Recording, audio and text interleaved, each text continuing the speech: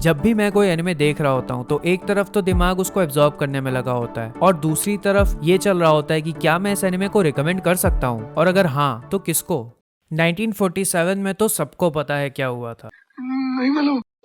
लेकिन क्या आपको ये मालूम है कि उस टाइम भारत दो ग्रुप्स में भी बट गया था। पहला वो जिनको एनिमे नेचुरली पसंद थी और दूसरा जिनको नहीं पसंद थी। और फिर क्या था, एक नई स्ट्रगल की शुरुआत हो गई। एनिमे दिखाऊं? Run.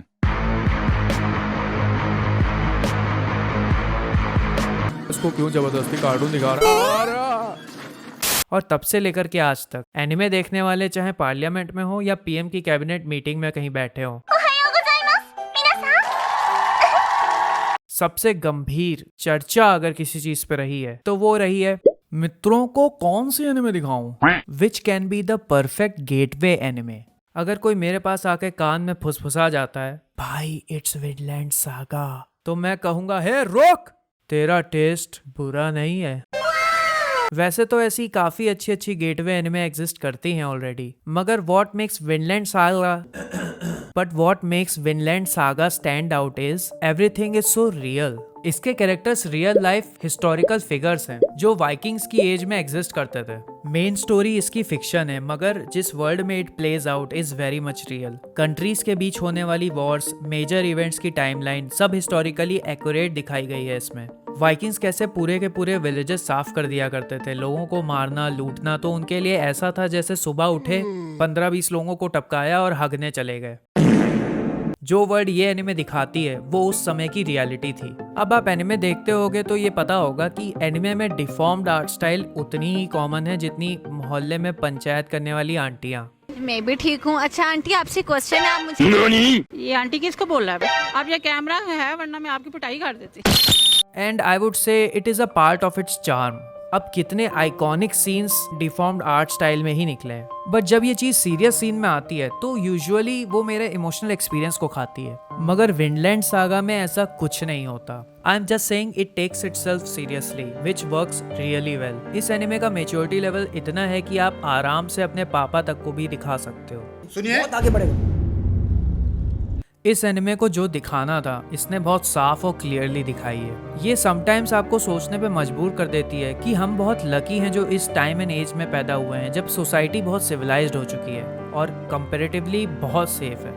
अब अगर मैं शो की बात करूं तो वी हैव 2 सीजन्स, बट अभी स्टोरी बची हुई है कहने को जो एनिमे इवेंचुअली कवर करेगी। और there is a major, I repeat major difference between season 1 and season 2। हाथ डाल कर कलेजा खींच लूंगा आराम को, उठा के पटकूंगा, काट के रख दूंगा। बेसिकली सीजन 1 में जम के एक्शन है बट सीजन 2 हिट्स डिफरेंट। इतना डीप कैरेक्टर डेवलपमेंट है जो आपको कहीं और मीडियम में शायद ही देखने को मिले। ये उन रेयर स्टोरीज में से आती है जहां एक खूंखार वॉरियर जो सिर्फ माइंडलेस किलिंग मशीन हुआ करता था वो वॉयलेंस के कॉन्सिक्वेंसेस को फेस करने के साथ डीपली समझता भी है। और वही इंसान जिसने अपनी पूरी लाइफ में सिर्फ वॉयलेंस ही किया और देखा, उसकी बॉन्डिंग जब सही लोगों के साथ होती है तब वो ये चीज पहली बार रियलाइज करता है कि people can be really kind and fun. लोगों का दिमाग कितना इनोवेटिव हो सकता है, कितनी मेहनत और केयर लग सकती है किसी कंस्ट्रक्टिव काम को करने में। अगर एक सिंपल सा घर बनाने में महीने लग जाते हैं तो उसको गिरा देने में एक दिन भी नहीं लगता। आखिर इंसान को जानवरों से क्या चीज सेपरेट करती है? क्या वो चीज दिमाग है?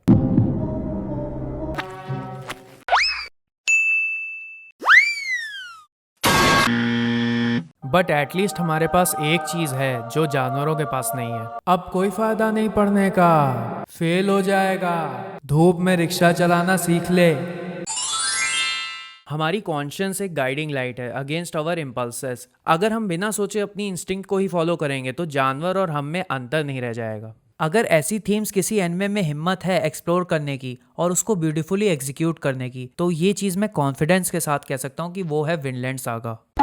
स्टोरी शुरू होती है थॉरफिन से जब वो एक छोटा बच्चा होता है और आइसलैंड में अपनी फैमिली के साथ रह रहा होता है जिस जगह पे यूरोप में चल रहे वॉर से मतलब नहीं होता है। उसके पापा थॉर्स एक वॉर हीरो होते थे लेकिन अब वो अपनी वॉर की लाइफ छोड़ के नॉन वायलेंस में बिलीव करने लगते हैं और छुप के आइसलैंड में रह रहे होते हैं। मुन्ना तुम हाथ मत उठाना। लेकिन एक दिन वाइकिंग्स का कमांडर फ्लोकी को कहीं से पता चल जाता है कि थॉर्स यहाँ रह रहा है और वो वहाँ पे आकर उसको ब्लैकमेल करना शुरू कर देता है कि अगर तुम हमारे साथ वॉर में फिर से लड़े नहीं तो तुम्हारे विलेज की खैर नहीं। थॉर्स को उसकी बात माननी पड़ती है और वो वॉर के लिए निकल पड़ता है वहां से। अब जब इनका जहाज काफी आगे पहुंचता है तो पता चलता है कि थॉरफिन भी उसी जहाज में है। ये देख के थॉर्स की मुंडी खराब हो जाती है और उसका तबला बना देता है। रास्ते में जब वो एक नैरो वैली से गुजर रहे होते हैं तब एक मर्सनरी ग्रुप उनको एम्बुश कर लेता है जिसको फ्लोकी ने भेजा होता है। दरअसल फ्लोकी थॉर्स का असैसिनेशन प्लान किए होता है ऑल अलोंग, लेकिन टू एवरीबडी सरप्राइज थॉर्स अपने हाथों से ही सबको छठी का दूध याद दिला देता है और वो उनके लीडर एस्केलेड को चैलेंज कर देता है ड्यूल के लिए। Then there comes this action scene which we all love. Escalade Thor से हार जाता है मगर वो लोग थॉरफिन को पकड़ लेते हैं। इस सिचुएशन का फायदा उठा लेता है एस्केलेड और थॉर्स को मरवा देता है, वो भी थॉरफिन की आंखों के सामने। Then there comes this beautiful farewell between a dying father and a heartbroken son. वहां से थॉरफिन बदले की आग में जलने लगता है और एस्केलेड की गर्दन को काटना अपनी लाइफ का गोल बना लेता है। और जब वो उनके शिप के पीछे अकेला अकेला जा रहा होता है तो हर कोई यही सोचता है कि ये तो 6 साल का बच्चा है तो अपने आप ही मर जाएगा, मगर उसके अंदर थॉर्स का खून दौड़ रहा होता है और वो एक सर्वाइवल बीस्ट निकलता है। एक रात जब उसको एस्केलेड की गर्दन काटने का मौका मिलता है तो वो ये काम नहीं कर पाता है क्योंकि वो उसको ओवर पावर करना चाहता होता है in a duel fair and square. Askeladd को थॉरफिन के अंदर पोटेंशियल दिखता है और उसके साथ एक डील करता है कि थॉरफिन अगर अपने आप को वॉर में साबित करेगा उसके लिए तो उसके साथ वो proper duel as a reward देगा, जिसमें थॉरफिन को अपने पापा का रिवेंज लेने का मौका मिल सकता है। एग्जैक्टली यहाँ से थॉरफिन की जर्नी की शुरुआत होती है और ऑडियंस को विनलैंड सागा में मजा आना शुरू हो जाता है।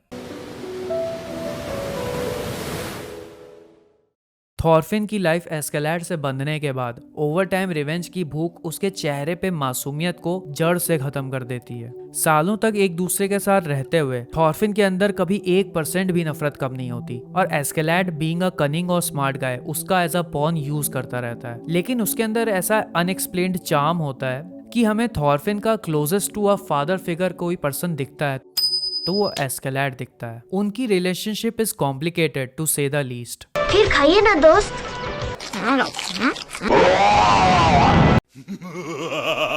But as the series goes on Askeladd villain होने के बाद भी you can never truly hate him. जो फैसले और चीजें एस्केलेड ने करी हैं that is just plain wrong and heinous, but character इतना वेल रिटन है कि in the grand scheme of things सही क्या है गलत क्या है is not painted in black and white. Morality का ये क्वेश्चन एक बहुत बड़े ग्रे एरिया में लाई करता है जिसका कोई डेफिनेट आंसर है ही नहीं।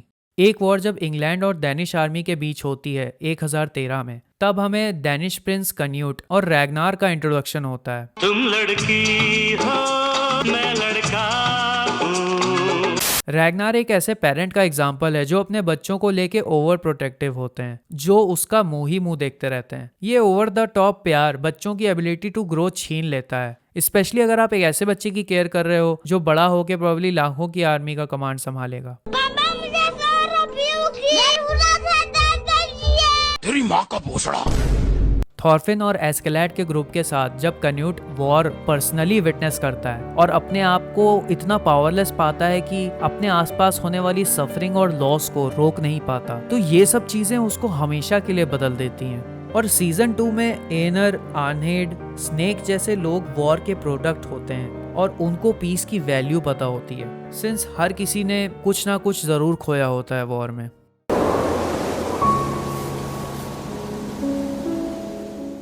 विनलैंड सागा के रियल हिस्ट्री से उठाए गए कैरेक्टर सिर्फ वेल रिटन ही नहीं वेल कनेक्टेड भी हैं। अगर सीजन 1 में इंटेंस एक्शन और ब्रूटैलिटी है तो season 2 is about meaning in life and healing. जब हम थॉरफिन, कैन्यूट, एस्केलेड, थॉरकेल और लेफ जैसे कैरेक्टर्स को ऐसी चीजें अचीव करते हुए और लाइफ के ऐसे पाथ पे चलते हुए देखते हैं जो किसी भी आम इंसान के लिए नेक्स्ट टू इम्पॉसिबल है, there is this greatness you feel about them. Vinland Saga के मांगाका युकिमुरा सेंसे ने जो इमोशंस कन्वे करने चाहे हैं वो उन्होंने बहुत बखूबी कन्वे किए हैं अपने दोनों सीजन में। जितना मैं इंटरप्रेट कर सकता हूँ वो ये है कि विनलैंड सागा एक ऐसी स्टोरी है जिसमें वायलेंस है बट उसके कॉन्सिक्वेंसेस पे फोकस है, हेट्रेड है तो उसका मेंटालिटी पे नेगेटिव इम्पैक्ट पे फोकस है।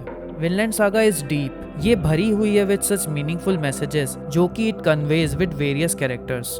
हर चीज इसमें बिना किसी फिल्टर के दिखाई गई है। और अगर आपको लगता है it's about a revenge story, तो that is not the case. It is a story about recovering from your worst and becoming a good human being capable of doing great things. इस दुनिया में इंसान का inclination towards his evil nature probably कभी नहीं जाएगा, but कुछ लोग ऐसे जरूर होते हैं जो इंसान की इस नेचुरल इंस्टिंक्ट के अगेंस्ट जा पाते हैं और माइंड पे कंट्रोल करके अपने एक्शंस को पॉजिटिविटी में लगाते हैं। Vinland saga is a masterpiece, ये दिखाने के लिए कि बैड एक्सपीरियंसेस से रिकवर करना बिल्कुल भी आसान नहीं होता है, मगर ये आपके हाथ में है whether you let those experiences dictate your life negatively और पॉजिटिवली।